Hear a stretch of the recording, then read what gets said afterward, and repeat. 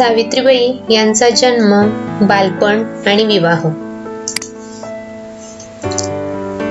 सावित्रीबाईंचा जन्म, बालपण, विवाह ज्योतिरावांना त्यांच्या समाज प्रबोधनाच्या महान कार्यात सहधर्मचारिणी मिळावी, गोरगरीब, दीनदलित, क्षुद्रातिक्षुद्र यांच्यावर वर्षानुवर्ष होणाऱ्या अत्याचारांचा अंत होण्यास कारणीभूत ठरणाऱ्या निर्णायक लढ्यात साथ देण्यासाठी, ज्योतिरावांना साथ देण्यासाठी समर्थ अर्धांगिनी मिळावी अशी जणू नियती होती.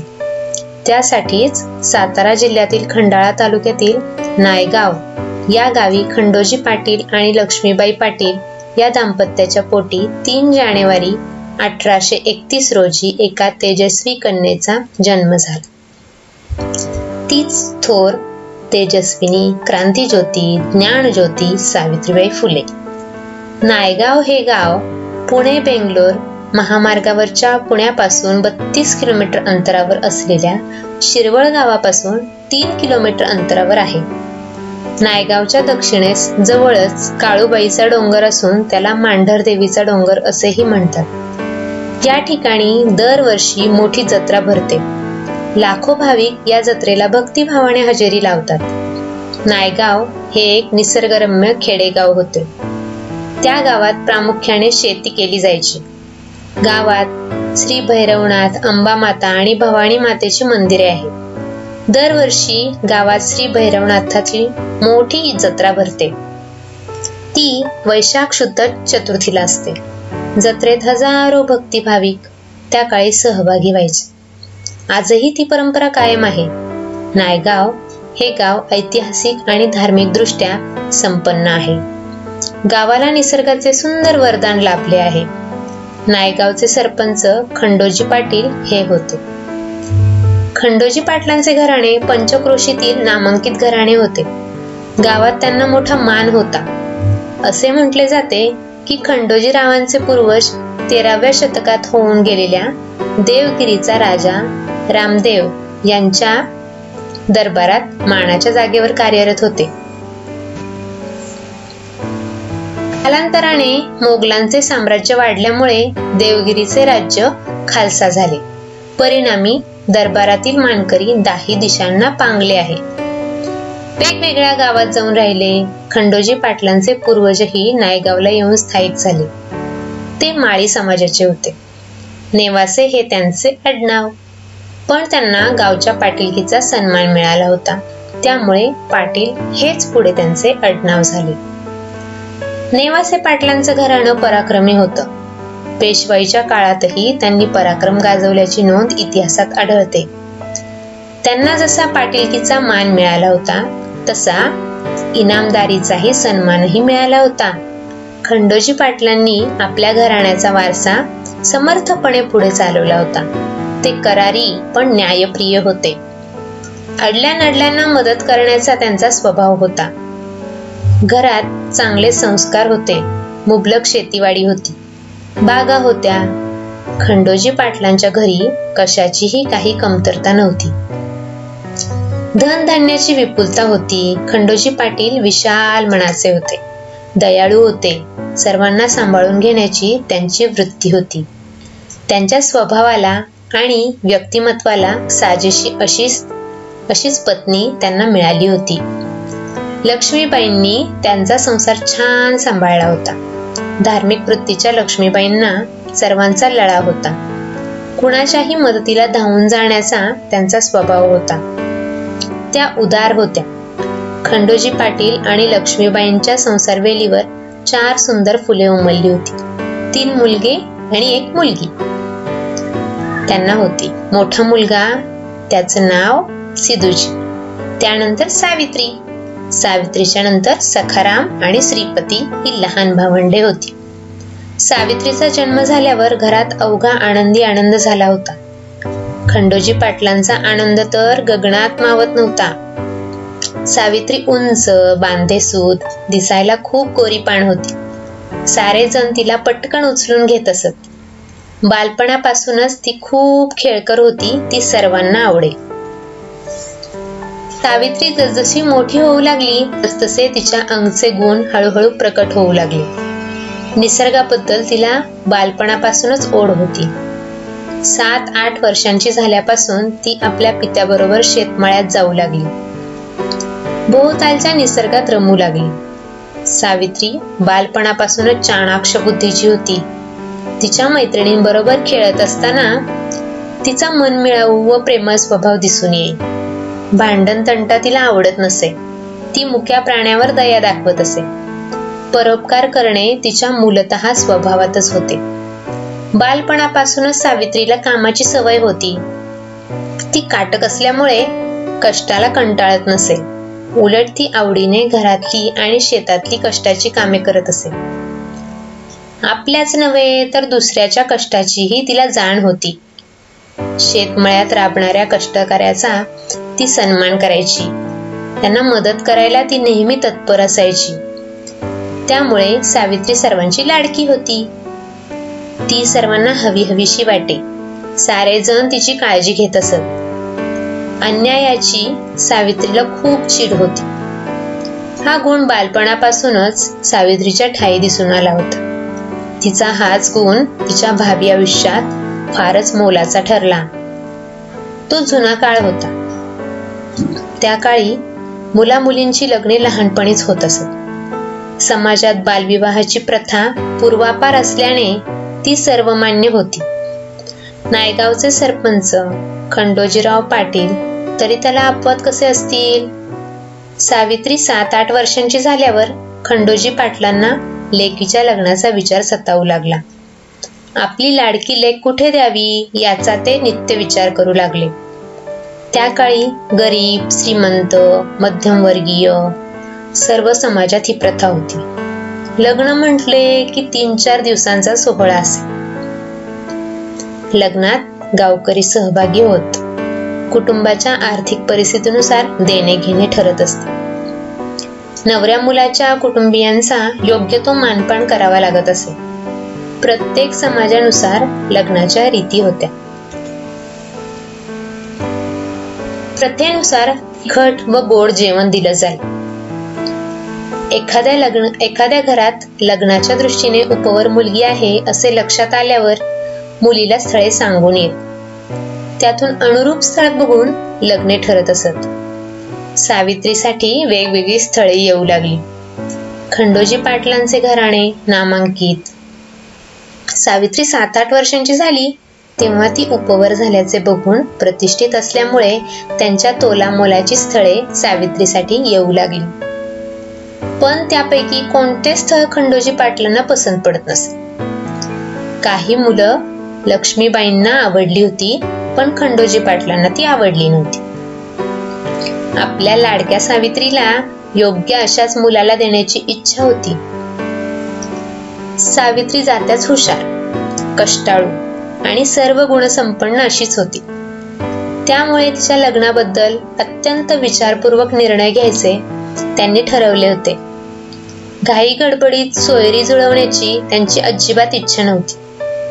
आपली सावित्री गुणी, सालस आहे, सुंदर आहे, त्यामुळे तिला योग्य वर मिळणारच अशी त्यांना मनोमन खात्री वाटत होती. सावित्रीच्या लग्नाचा योग लवकरच जुळून येणार होता हे मात्र त्यांच्या ध्यानीमनीही नव्हते. पुण्याजवळच्या धनकवडीची राहणारी सगुणाबाई क्षीरसागर ही ज्योतिबांचे वडील गोविंदरावांची चुलत बहीण होती. ज्योतिबांच्या आईच्या निधनानंतर मातृसुखापासून वंचित झालेल्या ज्योतिबांचा सांभाळ सगुणाबाईंनी मोठ्या मायेने केला होता. सगुणाबाईंना सारे आऊ असे म्हणत.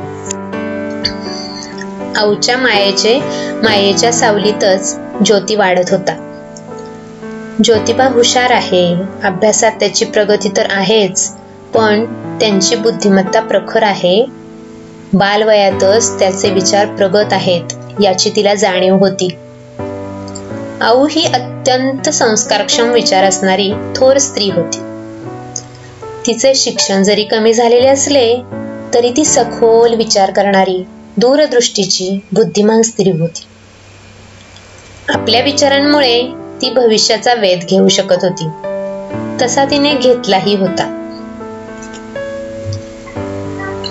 ज्योतिबाचे व्यक्तिमत्व तिने खूपच सुंदर घडवायचे ठरवले होते. आऊ एका इंग्रज अधिकाऱ्याच्या घरी त्यांच्या मुलांना सांभाळायचे काम करीत असे, त्यामुळे तिला थोडंफार इंग्रजी बोलता येत असे. इंग्रज लोक आपल्या मुलांचे संगोपन कसे करतात हे तिने जवळून बघितले होते. ज्योतीवरही तिने तसेच संस्कार केले होते. ज्योतिबा 14 वर्षांचा झाल्यावर गोविंदराव व सगुणाबाई अर्थात आऊच्या मनात ज्योतिबाच्या लग्नाचा विचार घोळू लागला. ज्योतीला त्यांनी तसे सांगितलेही होते, पण ज्योतिबा लहान वयात लग्न करण्याच्या विरोधात होता. ही प्रथाच त्याला आवडत नव्हती. बालविवाहाची प्रथा मोडून काढली पाहिजे असे त्याला वाटत होते. वयाच्या मानाने त्याचे विचार जास्त परिपक्व होते. वडिलांनी त्याला आपल्या घरची सर्व परिस्थिती समजावून सांगितली आणि ज्योतिबाच्या लग्नाची घाई कशासाठी हे समजावून सांगितले होते. त्यामुळे ज्योतिबा लग्नाला तयार झाला होता. ज्योतिबाचा होकार मिळताच दोघांनाही आनंद झाला. ज्योतिबाचे लग्न नायगावच्या खंडोजी पाटलांची मुलगी सावित्रीशी व्हावे अशी आऊंची इच्छा होती. आऊ खंडोजी पाटलांच्या कुटुंबाशी चांगल्या प्रकारे परिचित होत्या. त्यांनी एकदा नायगावला सावित्रीला पाहिले होते. आपल्या ज्योतिबासाठी हीच मुलगी योग्य आहे असे त्यांना वाटले होते. सावित्री त्यांना फारच आवडली होती. ज्योतिबाची संमती मिळताच त्यांनी तातडीने नायगाव गाठले. तेथे जाऊन खंडोजी पाटलांना सारा वृत्तांत सांगितला. ज्योतिबासाठी त्यांनी सावित्रीची मागणी घातली. सावित्रीसाठी ज्योतिबा कसा चांगला मुलगा आहे, तो कसा बुद्धिमान, करारी आणि ध्येयवादी तरुण आहे तेही सांगितले. दोघांच्या संमतीने मग मुलगी बघण्याचा कार्यक्रम ठरला. ठरल्या दिवशी पुण्याहून गोविंदराव फुले, सगुणाबाई क्षीरसागर आणि गोविंदरावांचा मोठा मुलगा राजाराम हे तिघे बैलगाडीतून नायगावला जायला निघाले. त्या काळी आता सारखी प्रवासाची प्रगत साधने नव्हती. लोक घोड्यावरून किंवा बैलगाडीने प्रवास करीत. कित्येक ठिकाणी तर पायी सुद्धा जावे लागे. बैलगाडीने प्रवास करणाऱ्यांची विशेष नवलाई असे. त्यांच्याकडे सन्मानाने बघितले जाई. पुण्यापासून नायगाव 35 मैल अंतरावर आहे. बैलगाडीने क्षणोक्षणी नायगावचे अंतर कमी कमी होत होते. त्या काळी प्रत्येक गावाच्या वेशीवर पहारेकरी असत. नायगावच्या वेशीवरच्या पहारेकऱ्यांनाही आपल्या गावच्या दिशेने धुराळा उडवत येणारी बैलगाडी दिसली. आपल्या गावात कोणीतरी पाहुणे येत आहेत हे त्यांनी ओळखले. खंडोजी पाटलांनी घरी पाहुणे येणार असल्याचे पहारेकरांना आधीच सांगून ठेवले होते. त्यांनी पुण्याहून पाहुणे आल्याची खबर खंडोजी पाटलांच्या घरी दिली. पहारेकरांचा निरोप मिळताच खंडोजी पाटील आपल्या आप्तेष्टांसह पाहुण्यांच्या स्वागतासाठी वेशीपर्यंत गेले. त्यांचे मनापासून स्वागत करत साऱ्यांना सन्मानाने घरी आणले. गोविंदराव आणि खंडोजी पाटील यांची प्रत्यक्ष भेट यापूर्वी कधीच झाली नव्हती. मात्र दोघेही एकमेकांना नावाने ओळखत होते. आता मात्र त्यांचा जवळून परिचय झाला होता. खंडोजी पाटलांच्या घरी आनंदाचे वातावरण होते. त्यांच्या घरी पाहुणे आल्यामुळे उत्साह संचारला होता. साऱ्यांची एकच लगबग सुरू होती. आऊने या लग्नाच्या निमित्ताने मध्यस्थीची चांगली भूमिका बजावली होती. दोन्ही घराण्यांचा एकमेकांशी चांगला परिचय करून दिला होता. तो काळ आजच्या सारखा आधुनिक काळ नव्हता. आज मुलगा मुलगी एकमेकांना पाहून परस्परांशी बोलून लग्नाला संमती देतात, पण पूर्वीच्या काळी तसे नव्हते. त्या काळी मुलीशी बोलणे तर दूरच, पण तिला पाहणेही कठीण होते. मुला मुलींची लग्न वडीलधारी मंडळी ठरवत असत. मुला मुलींना आपली पसंती अथवा मत व्यक्त करण्याचे स्वातंत्र्य नव्हते. बघून साऱ्यांनी पसंती दिली. गोविंदरावांना सून म्हणून मुलगी पसंत होती. सावित्री मुळातच हुशार, सुंदर, चाणाक्ष आणि सर्व गुणसंपन्न अशी मुलगी होती. त्यामुळे तिला नापसंत करण्याचा प्रश्नच नव्हता. आपल्या मनासारखे झाल्यामुळे आऊंच्या आनंदाला पारावार सावित्रीला हे राहिला नाही. हा कार्यक्रम आटोपल्यानंतर ज्योतिबा आणि सावित्री यांच्या लग्नाची तिथी फाल्गुन वद्य 5 शके 1762 सन 1840 ही ठरली.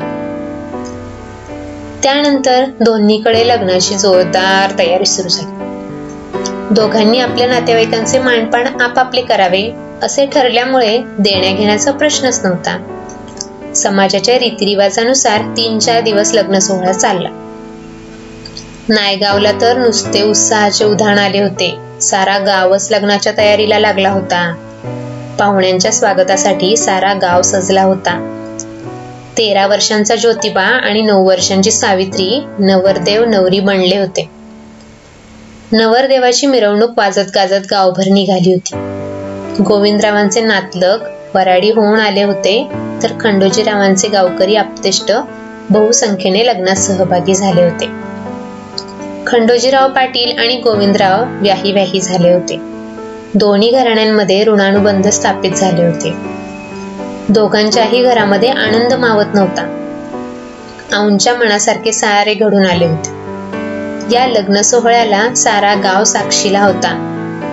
खंडोजीराव पाटलांनी 3-4 दिवस सर्वांची जेवणाची अतिशय चांगल्या प्रकारे व्यवस्था केली होती.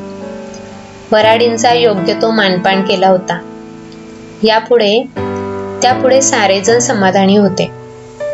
ज्योतिबा आणि सावित्रीबाई यांचे लग्न झाले तेव्हा कुणाच्याही ध्यानीमनी नव्हते की हे जोडपे भविष्यात समाजात फार मोठी क्रांती घडवणार आहेत.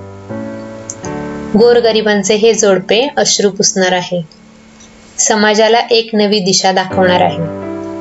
महाराष्ट्रात स्त्री शिक्षणाचा पाया फुले दाम्पत्याच्या हातून घातला जाणार आहे. जो समाज रंजला गांजला आहे त्याला फुले दाम्पत्य आधार देणार आहे. शूद्रांचा ते उद्धार करणार आहेत. जे कर्तृत्व युगानुयुगे लक्षात राहील, कधीच पुसले जाणार नाही, असे कर्तृत्व फुले दाम्पत्य घडवणार आहे.